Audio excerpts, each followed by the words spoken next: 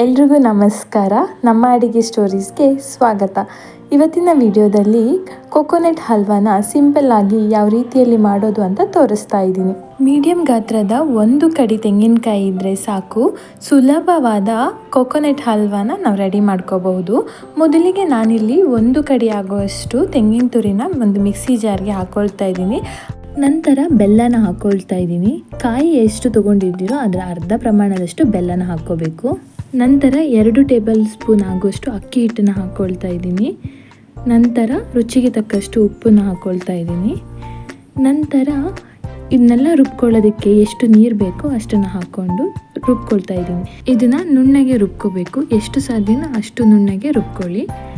ನಂತರ ಒಂದು ಬಾಣಲಿ ಇಟ್ಕೊಂಡು ಅದು ಬಿಸಿಯಾದ ನಂತರ 2 ಟೇಬಲ್ ಸ್ಪೂನ್ ತುಪ್ಪನ ಹಾಕ್ಕೊಳ್ತಾ ಇದ್ದೀನಿ. ತುಪ್ಪ ಬಿಸಿಯಾದ ನಂತರ ಗೋಡಂಬಿ ಪೀಸಸ್ನ ಹಾಕ್ಕೊಂಡು ಅದನ್ನ ಚೆನ್ನಾಗಿ ಫ್ರೈ ಮಾಡ್ಕೊತಾ ಇದ್ದೀನಿ. ಗೋಡಂಬಿ ಸ್ವಲ್ಪ ಗರಿ ಗರಿ ಆದಮೇಲೆ ತೆಗೆದು ಒಂದು ಬೌಲ್ಗೆ ಟ್ರಾನ್ಸ್ಫರ್ ಮಾಡ್ಕೊತಾ ಇದ್ದೀನಿ. ನಂತರ ಅದೇ ತುಪ್ಪಕ್ಕೆ ನಾನು ದ್ರಾಕ್ಷಿನ ಹಾಕ್ಕೊಂಡು ಹುರ್ಕೊತಾ ಇದ್ದೀನಿ.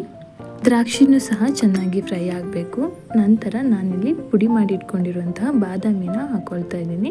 ಇದನ್ನು ಸಹ ಚೆನ್ನಾಗಿ ಫ್ರೈ ಮಾಡಿಕೊಂಡು ಬೇರೆ ಬೌಲ್ಗೆ ತೆಗೆದಿಟ್ಕೊತಾ ಇದ್ದೀನಿ. ನಂತರ ಕಟ್ ಮಾಡಿ ಇಟ್ಕೊಂಡಿರುವಂಥ ಒಣ ಕೊಬ್ಬರಿನ ಹಾಕ್ಕೊಂಡು ಫ್ರೈ ಮಾಡ್ಕೊತಾ ಇದ್ದೀನಿ. ಫ್ರೈ ಆದ ನಂತರ ಇದನ್ನೊಂದು ಬೌಲ್ಗೆ ಟ್ರಾನ್ಸ್ಫರ್ ಮಾಡ್ಕೊತಾ ಇದ್ದೀನಿ. ಇವಾಗ ಅದೇ ಬಾಣಲಿಗೆ ನಾವು ರುಬ್ಕೊಂಡಿರುವಂತಹ ತೆಂಗಿನಕಾಯಿ ಮಿಶ್ರಣವನ್ನು ಹಾಕ್ಕೊಳ್ತಾ ಇದ್ದೀನಿ. ಇವಾಗ ನಾವು ಸ್ಟವ್ನ ಮೀಡಿಯಂ ಫ್ಲೇಮಲ್ಲಿ ಇಟ್ಕೊಂಡು ಮಿಕ್ಸ್ ಮಾಡ್ಕೊತಾ ಇರಬೇಕು. ಕಾಯಿ ಮತ್ತು ಬೆಲ್ಲದ ಹಸಿ ವಾಸನೆ ಹೋಗೋವರೆಗೂ ನಾವು ಇದನ್ನು ಮಿಕ್ಸ್ ಮಾಡ್ಕೊತಾನೆ ಇರಬೇಕು. ಮಿಕ್ಸ್ ಮಾಡೋದನ್ನು ಬಿಟ್ಟರೆ ಮತ್ತು ತಳ ಹಿಡಿಯೋ ಚಾನ್ಸಸ್ ಇರುತ್ತೆ, ಅದಕ್ಕೆ ಇದನ್ನು ಮಿಕ್ಸ್ ಮಾಡಿಕೊಂಡು ಒಂದು ಕುದಿ ಬರ್ಸ್ಕೋಬೇಕು. ಇವಾಗ ನಾನು ಇದಕ್ಕೆ ಏಲಕ್ಕಿ ಪುಡಿನ ಹಾಕ್ಕೊಳ್ತಾ ಇದ್ದೀನಿ. ನಂತರ ಇದನ್ನು ಚೆನ್ನಾಗಿ ಮಿಕ್ಸ್ ಮಾಡ್ಕೋಬೇಕು. ನೋಡಿ ಇದು ಎಷ್ಟು ಚೆನ್ನಾಗಿ ಮಿಕ್ಸ್ ಆಗಿದೆ, ಹಾಗೆ ಇದು ತಳ ಬಿಡ್ತಾ ಇದೆ.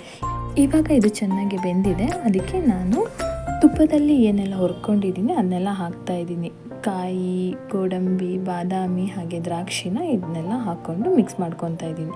ನಂತರ ಒಂದು ಪಾತ್ರೆಗೆ ಇದನ್ನ ಸರ್ವ್ ಮಾಡ್ಕೊತಾ ಇದ್ದೀನಿ. ನಂತರ ನಾನಿಲ್ಲಿ ಒಂದು ಬಾದಾಮಿ ಹಾಗೆ ಒಂದು ಗೋಡಂಬಿ ಪೀಸ್ ಹಾಗೆ ಸ್ವಲ್ಪ ದ್ರಾಕ್ಷಿನ ಹಾಕ್ಕೊಂಡು ಗಾರ್ನಿಷ್ ಮಾಡ್ಕೊತಾ ಇದ್ದೀನಿ. ಸಿಂಪಲ್ ಆಗಿ ಮಾಡಬಹುದಾದಂತಹ ಬಿಸಿ ಬಿಸಿಯಾದ ಕೊಕೊನೆಟ್ ಹಲ್ವಾ ರೆಡಿಯಾಗಿದೆ. ಇದಕ್ಕೆ ಯಾವುದೇ ರೀತಿಯಾದ ಜಾಸ್ತಿ ಪದಾರ್ಥಗಳನ್ನು ನಾನು ಬಳಸಿಲ್ಲ. ನೀವಿಲ್ಲಿ ಅಕ್ಕಿ ಹಿಟ್ಟಿನ ಬದಲಿಗೆ ನೀವು ಹೆಸರು ಬೇಳೆನ ಪುಡಿ ಮಾಡಿ ಬಳಸ್ಬೋದು. ನಾನಿಲ್ಲಿ ಅಕ್ಕಿ ಹಿಟ್ಟು ರೆಡಿಯಾಗಿರೋದ್ರಿಂದ ನಾನು ಅದನ್ನ ಉಪಯೋಗಿಸ್ಕೊಂಡಿದ್ದೀನಿ. ಅಕ್ಕಿ ಹಿಟ್ಟು ಬದಲಿಗೆ ನೀವು ಹೆಸರು ಬೇಳೆ ಪೌಡರ್ನ ಉಪಯೋಗಿಸ್ಕೋಬಹುದು. ನೋಡಿ, ಸಿಂಪಲ್ ಆಗಿ ಮಾಡಬಹುದಾದಂತಹ ಒಂದು ರುಚಿಕರವಾದ ಸ್ವೀಟ್ ರೆಡಿಯಾಗಿದೆ. ಇದನ್ನು ಮನೆಯಲ್ಲಿರುವಂತಹ ಚಿಕ್ಕ ಮಕ್ಕಳಿಂದ ಹಿಡಿದು ದೊಡ್ಡೋರವರೆಗೂ ಇಷ್ಟಪಟ್ಟು ತಿಂತಾರೆ, ಅಷ್ಟು ರುಚಿಕರವಾಗಿರುವ ಸ್ವೀಟ್ ಇದು. ನೀವು ಕೂಡ ಈ ರೆಸಿಪಿನ ನಿಮ್ಮ ಮನೆಯಲ್ಲಿ ಟ್ರೈ ಮಾಡಿ ಟೇಸ್ಟ್ ಹೇಗಿದೆ ಅಂತ ನನಗೆ ಕಮೆಂಟ್ ಮೂಲಕ ತಿಳಿಸಿ. ಹಾಗೆ ಈ ವಿಡಿಯೋ ಇಷ್ಟ ಆಗಿದ್ರೆ ಪ್ಲೀಸ್ ಲೈಕ್ ಮಾಡಿ. ಹೀಗೆ ಇನ್ನಷ್ಟು ಸಿಂಪಲ್ ಹಾಗೂ ರುಚಿಕರವಾದ ಅಡುಗೆ ರೆಸಿಪೀಸ್ಗೆ ನಮ್ಮ ಅಡುಗೆ ಸ್ಟೋರೀಸ್ನ ಸಬ್ಸ್ಕ್ರೈಬ್ ಮಾಡಿ ಅಂತ ಹೇಳ್ತಾ ಇವತ್ತಿನ ವಿಡಿಯೋನ ಮುಗಿಸ್ತಾ ಇದ್ದೀನಿ. ಮತ್ತೆ ಮುಂದಿನ ವಿಡಿಯೋದಲ್ಲಿ ಸಿಗೋಣ. ಧನ್ಯವಾದಗಳು.